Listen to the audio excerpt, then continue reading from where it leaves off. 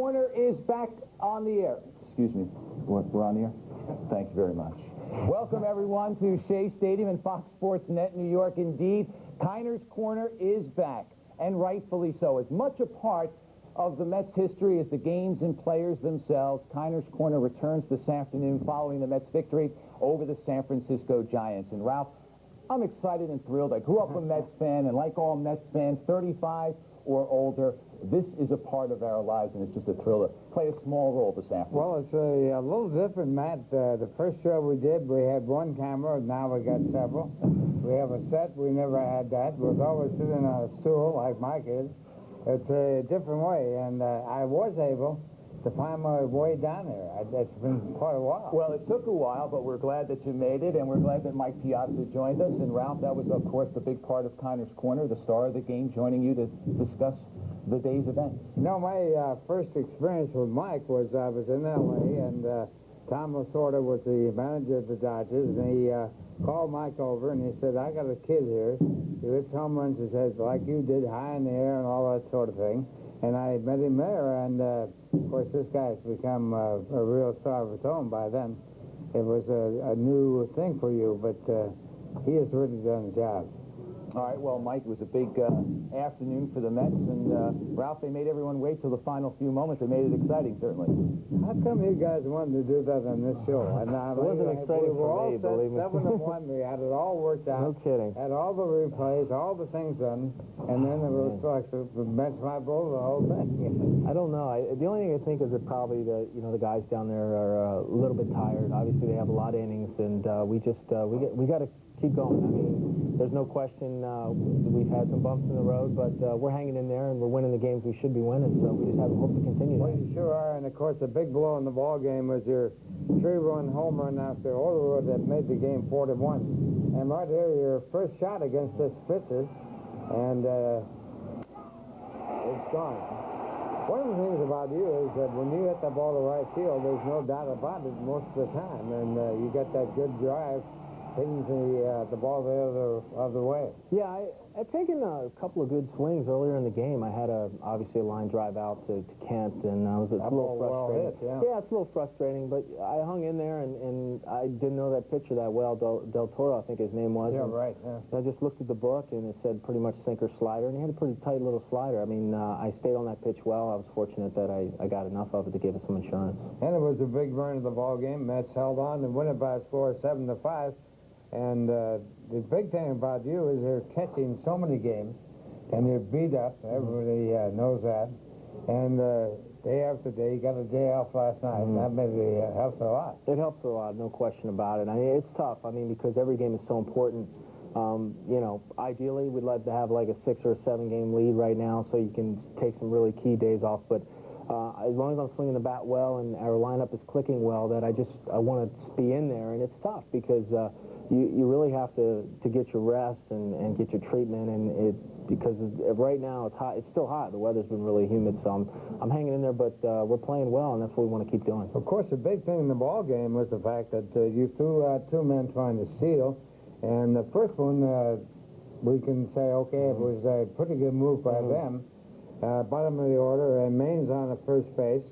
And really as a batter, and you got a tough pitch to throw here. Yeah, the only good thing about that pitch is you stay behind the ball a little bit better. I mean, the pitch that I have trouble handling is a pitch to my left that I have to really pull back into my body. So, and this one to Kent, actually, I don't know if he got a great jump or anything, but, Octavia was pretty quick to the plate, and I just stayed behind the ball and threw a strike right there. I mean, that was one of my better throws. Well, the thing about that play is that he doesn't figure to run there.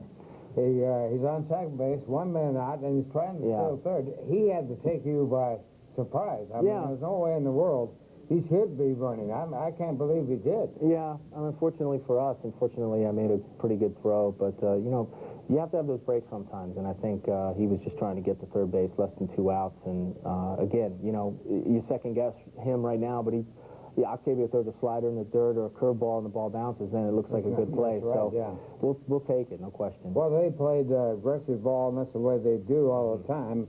And a tough club to beat, especially with John on the mound. He's a tough curveball pitcher, fastball. Absolutely. I mean, you look at his record, and it's really not that impressive, but he's got an outstanding arm. I mean, everything he throws is just so lively. I mean, I'm sure you remember the good left-handers that come out there, and the ball just kind of jumps out of his hand. He's got a curveball. He threw me a curveball. It just kind of locked me up, and I was like, I'll get the next one. So, I mean, again, I think, obviously, when he has lapses in his controls, it really hurts him. Well, he had too many walks, and, of course, that kills you. But it was a great win for us, and great thing for you. And Mike, thank you for being on the first comeback show. I'm making a comeback. All right. You're looking good, man. Thanks a lot. It's my honor. Well, Korner's Corner is underway in its return. Plenty more still to come. Not just one segment. We'll still hear from Octavio Dotel, and we'll have highlights of this afternoon's win, so stay with us.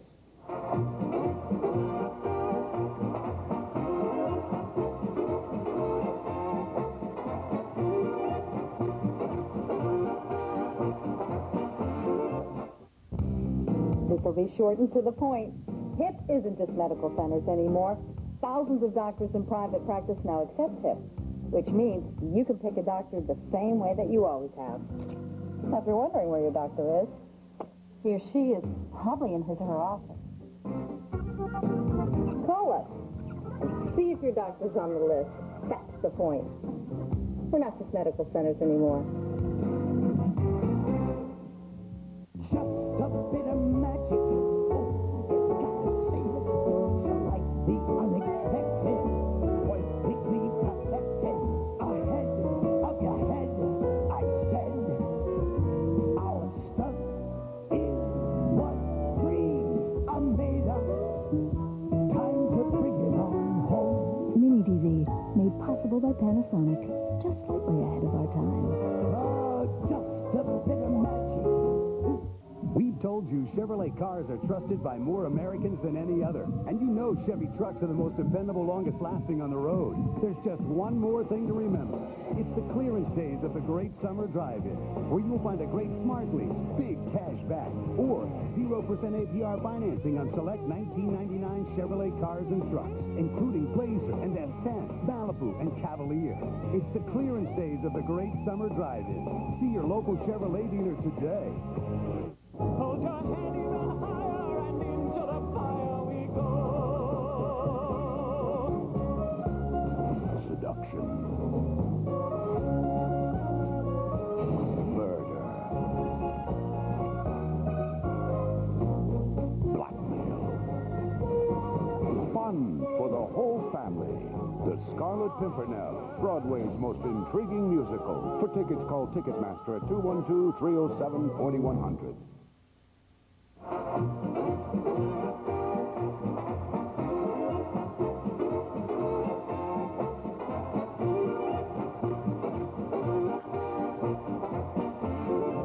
Welcome back to Korner's Corner. That theme brings back wonderful memories. We are rekindling them this afternoon following the Mets win over the San Francisco Giants. We come to you in full color now as part of our reminiscing, if you will. We brought you most of that first segment in black and white, but we're back in color. As Ralph mentioned earlier, we've improved the show, if you will, with 2 cameras, but some of the sound effects remain the same from 1964 when Shea opened. You heard the beer barrels being put away after this afternoon's game. Ralph, we're joined by the winning pitcher this afternoon, Octavio Dotel, who improved to 7-1.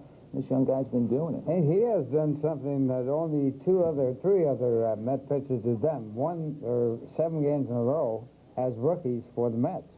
And pretty good company right there. We had Ron Darling, probably before your time, but Doc Hudson, you know, obviously, and Jason Isringhausen. So 7 in a row as a rookie pitcher. And you beat the Giants today. First rookie to beat the Giants this year, and there were 22 other guys that tried, and you're the only one that has. What was the secret to your success this afternoon? No, I just came early to the club, and I just think about my game I'm going to have, and I just think, you know, where we are and the position. Well, actually, Matthew, he had a secret. He walked twice. And the second time he walked was a big part of the ball game because it set the 4-run inning up, and it was a big part of the ball game. I didn't know you were that good with the bat.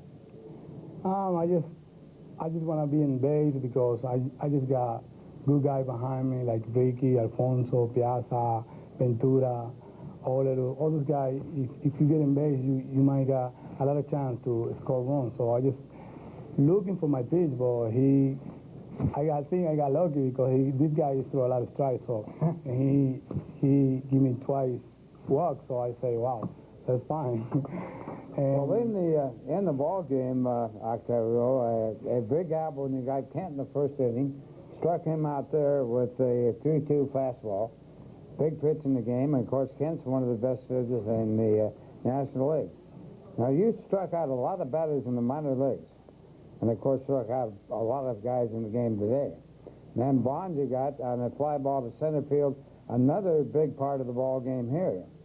This came in the third inning. Runners at first and third, dangerous hitter. You get him to fly out harmlessly.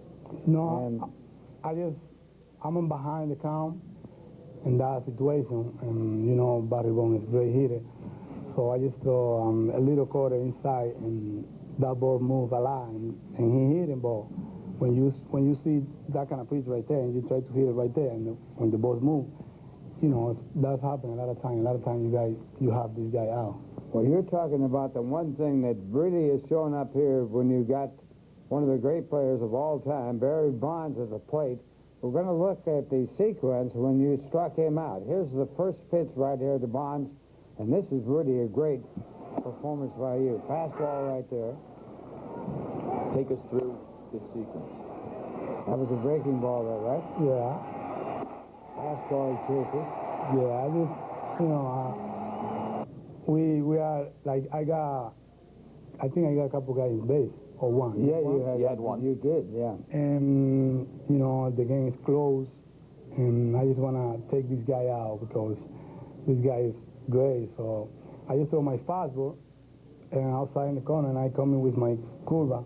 Then I show my curva because my curva is going like it's big curva, and then I just after that one I say, wow, now I want to throw like high fastball because sometimes the hitter see my curva right there, and then the curva go down. So I say, wow, if I throw great high fastball, I might get him, and that's what I do. I just throw high fastball right there, and he Has swung, yeah. swing. That was a great sequence and really a great, really big part of the ballgame. Now I got a question. You walk, okay? You're on first base, and you got a jacket. You go out for a jacket. It's 85 degrees out there.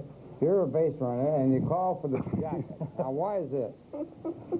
Is it cool here in the States compared to the Dominican? No, you know what happened?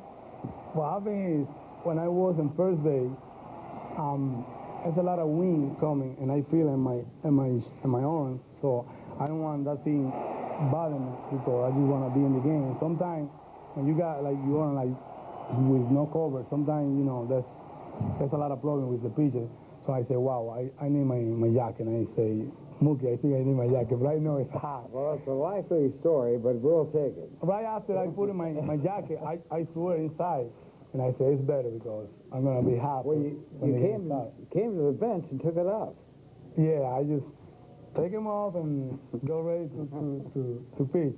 But exactly, I don't want that wing being around my arm. So I just want to cover my arm. So that's what I try to do. Well, you created a lot of that win with those 9 strikeouts and a great job of pitching. Thank you very much. And I just want to, be right in the rotation and try to do the best I can for my team and try to be in the rotation all the time. Well, you got a chance of being there a long time. There's no question about that. Well, it was a big performance for Octavio Dotel this afternoon as he did strike out 9 and improved to 7-1. Big 4-run inning. We showed you some highlights of that. And we'll come back with some reminiscing after this.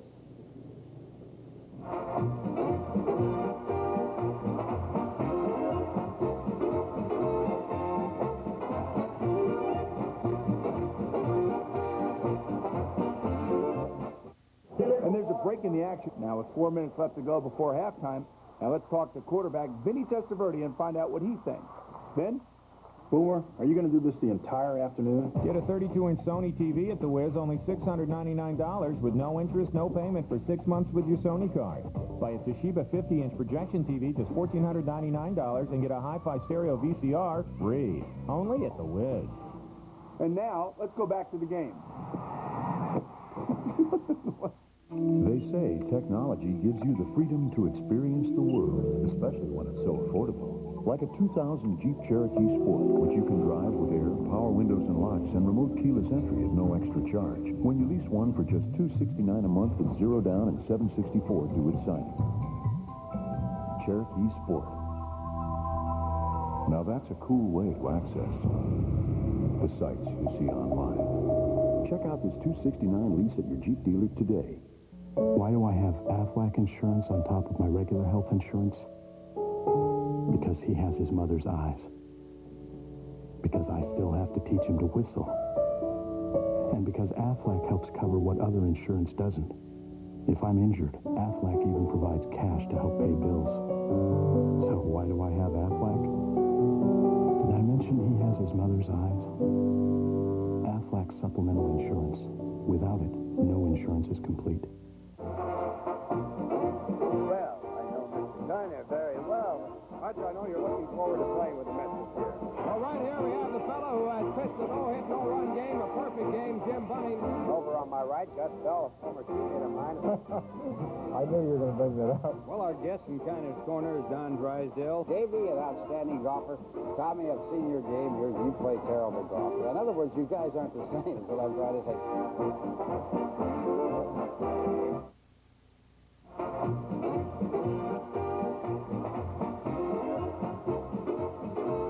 Hi, I'm Ralph Korner, and another brilliant performance out here tonight by Tom Seaver and the New York Mets. We have Tom, of course, as our guest. Tom, what's new? Well, I'll tell you, Tom, everybody, the standing ovation, everything about the fact that you got your 200th strikeout for your another consecutive year, your 9th consecutive year, the only pitcher in the history of baseball to strike out 200 batters or more in 9 consecutive years, and Ralph came up to me, Rube came up to me and said, well, you need 6 tonight for 200. I said, yeah, I didn't know I'd been up that many times. Oh, and Tom, I hate to tell you this, but Nancy just walked out of the room. Are we that bad? I think we are. I think she's sick of us already. Already, huh?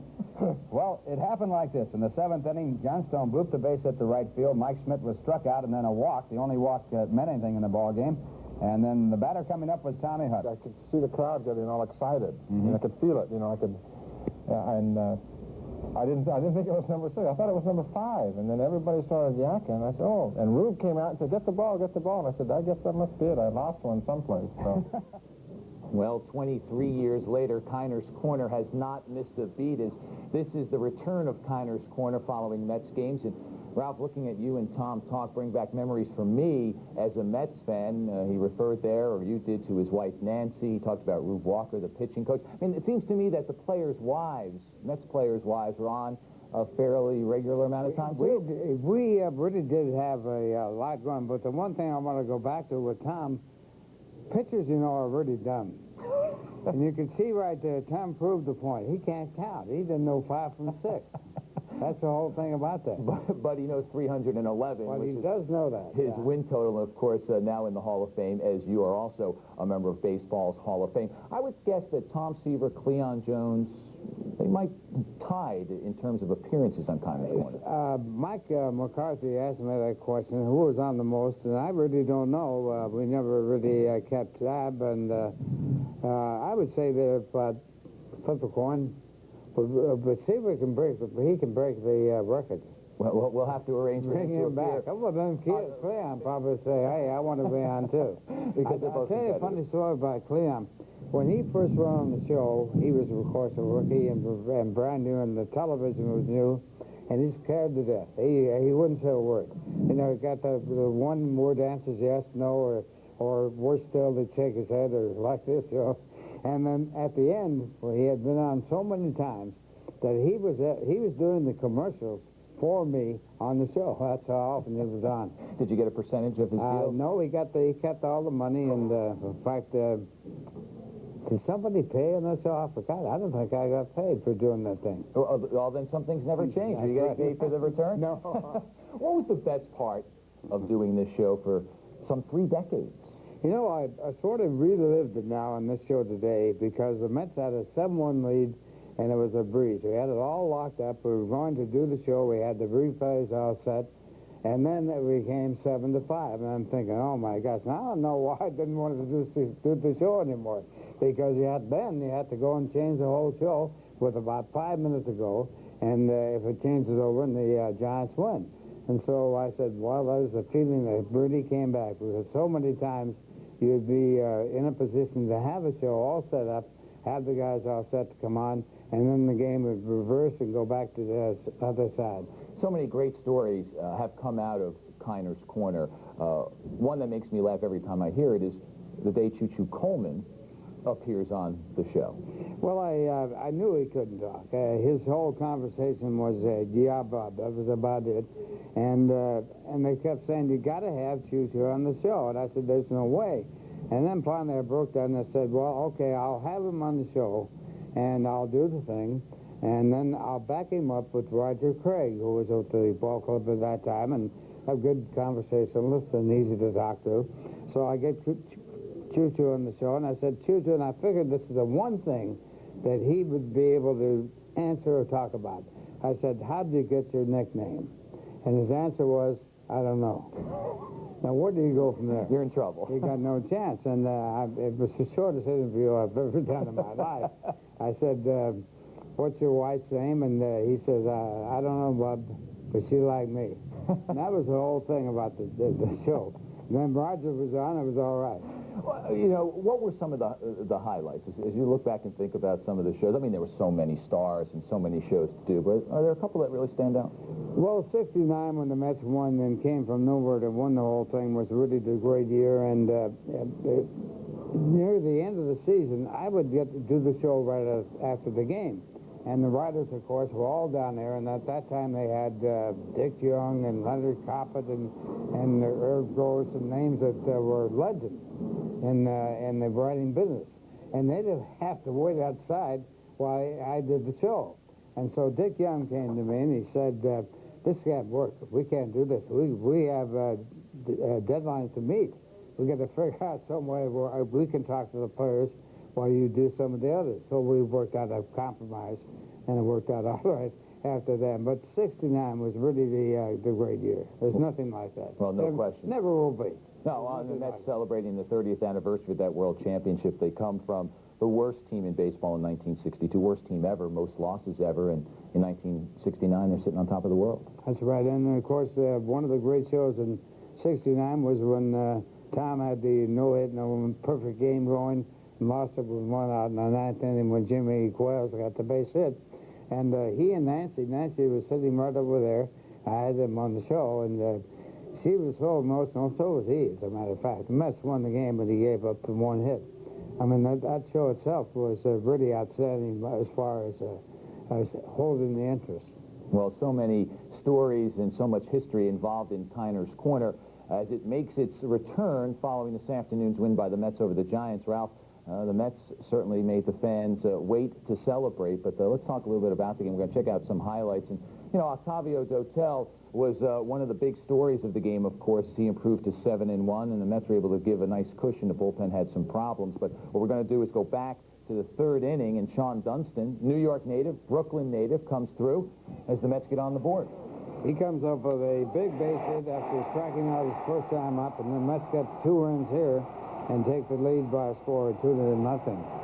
Dunston, of course, an outstanding high school player in New York, and then a base hit follows that as Agriani gets a base hit to drive in another run, and Mets lead by a score of 3-0 in the ball game.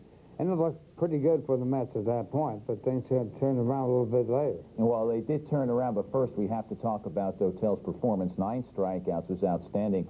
As strong at the end as he was early on. Yeah, that's one thing about baseball you wonder about. Why do you take a pitcher out of the ball game when he's got a 7-1 lead and pitching very strongly? And, of course, the new method is you do and bring in the other guy. And unfortunately, the other guy this time didn't do the job that the Mets were looking at.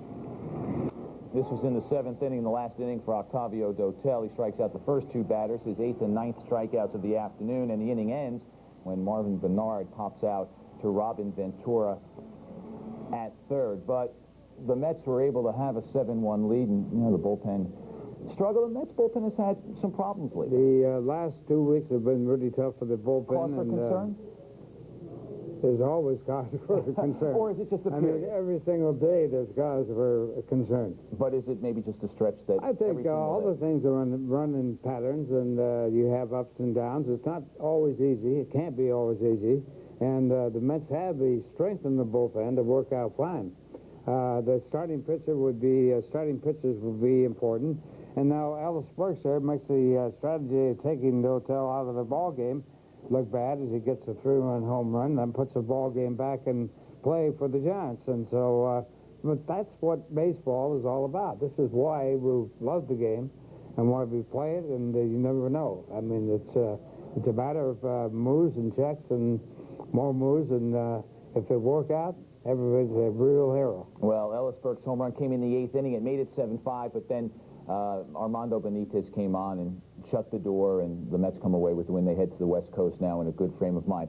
Ralph, it's been a pleasure. What do you think about the return of Kiner's Corner? You can see the light in your eyes. Well, it's fun to do it. There's no question about that, and it's fun to have the players on. One thing you miss, basically, when you just do play-by-play, is talking with the players on a very informal basis there. And you really get to know their personality, like Dotel. I've never talked to him before. And he was a wonderful guy to meet and talk to, and the people in the audience, I'm sure, see the same thing. And Piazza, I've known him well, of course, since he joined the ball club, and you see his personality. I think that's the important part. You see the guys when the face is on, the mask is not there, and they really are they're like you and me, human beings. I think we are. I'm not too sure. I don't know if I can hit the ball as far as Piazza or as far as you did, but yeah, it's nice to bring the human side of the players. Well, this is the return, but it is not the only Kiner's Corner that will come your way for the remainder of the season. We have more shows planned, including one this Friday evening following the game against the Los Angeles Dodgers. So Kiner's Corner back in just 2 days. We'll also have a show on September 23rd following the Mets and Braves afternoon contest. And the Pirates and Mets wrap up the season here at Shea, and on October 3rd, we will have another edition of Kiner's Corner, and at that point, we can hopefully look ahead. Wouldn't it be nice on October 3rd to see the champagne being shot around the room and the Mets celebrating the fact that they're going to be in the playoffs? Well, that would certainly close the circle on Kiner's Corner. Ralph, it was a joy for me, and look forward to the rest of the season. Okay, Matt, good to be with you. All right, that'll do it for this edition of Kiner's Corner. Special thanks to Rick Miner and the folks at WWR-TV. We will see you on Friday evening when the Mets take on the Los Angeles Dodgers. So long.